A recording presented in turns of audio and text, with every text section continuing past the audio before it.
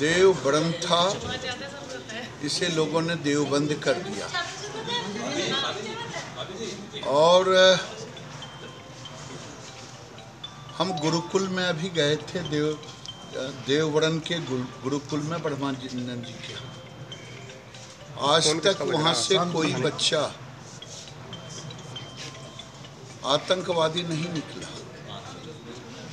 लेकिन ये देवबंद जो है, पता नहीं यहाँ शिक्षा का मंदिर है या आतंक का मंदिर है। हाफिज सईद भी यहीं का है और बगदादी भी यहीं का है।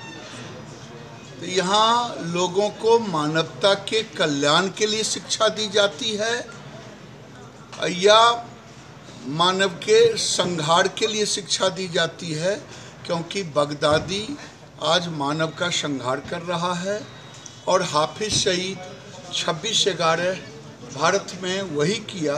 ये दोनों देवबंद का विद्यार्थी है, जैसा लोगों ने मुझे बताया। तो मैं तो समझता हूँ कि ये शिक्षा का मंदिर नहीं, ये आतंक का मंदिर है।